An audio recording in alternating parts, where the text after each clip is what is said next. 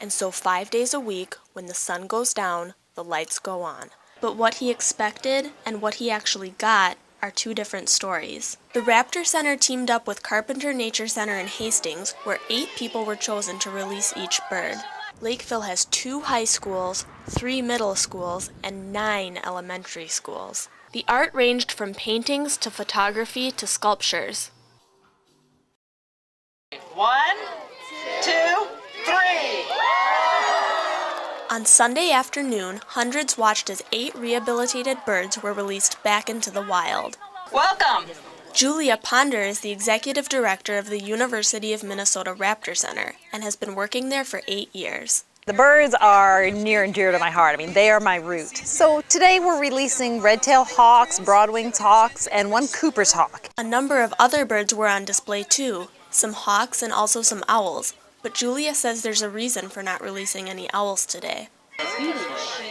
We don't do a lot of owls in an event like this because owls tend to go up and just stay where they land. So when owls are released, Raptor Center employees pick a more isolated spot. If you're releasing a lot of predators in a very small area, there are some risks there. So we very carefully pick birds that are in the right habitat, the right time of year, that are ready to go, and then we do them here. The Raptor Center teamed up with Carpenter Nature Center in Hastings, where 8 people were chosen to release each bird. If I could get meteorologist Sven Sundegaard to come up here, he's going to be our first releaser today.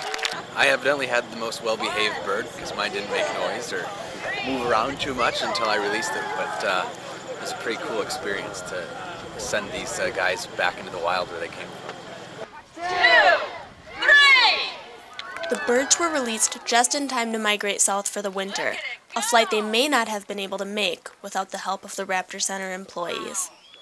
Annie Snyder, University Report.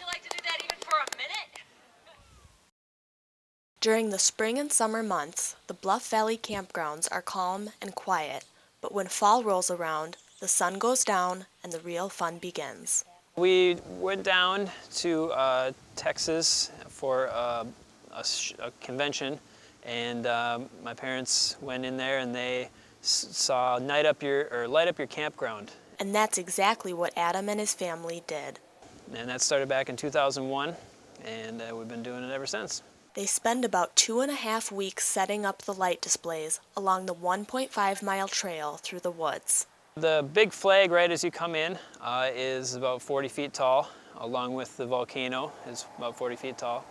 We have like 3.5 or 4 miles of extension cords. Families come by the carload, and for $10 a car, they can drive through the award-winning light display.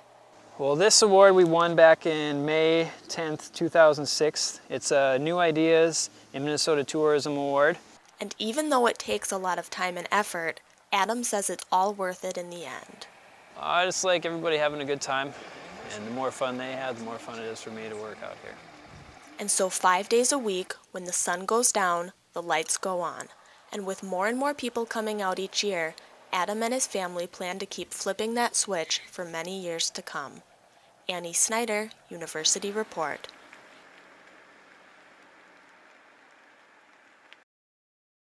That's where this painting is from, a black and white photograph. 1953, I believe, was the date. Claudia Stack Kramer has been painting since 1974. When her family moved from Wisconsin to Minnesota nearly 30 years ago, she started looking around the Twin Cities for inspiration. Because I figured, you know, everybody's got that kind of hometown feel. They want places from their neighborhoods. Claudia is one of nearly 300 artists featured in this season's art crawl. Robin Priestley has been involved in the event since 1997. Now she's the executive director. We always encourage young artists to come and participate, and so we're really happy to have people of all different ages and all different styles of art. The art ranged from paintings to photography to sculptures. I see something that excites me and I want to share it with someone else. Rose helped start the art crawl 25 years ago. She saw it as a way for artists to connect with the community. I like people to be able to sit down at the end of the day and just relax and kind of take a walk with their eyes through one of my paintings.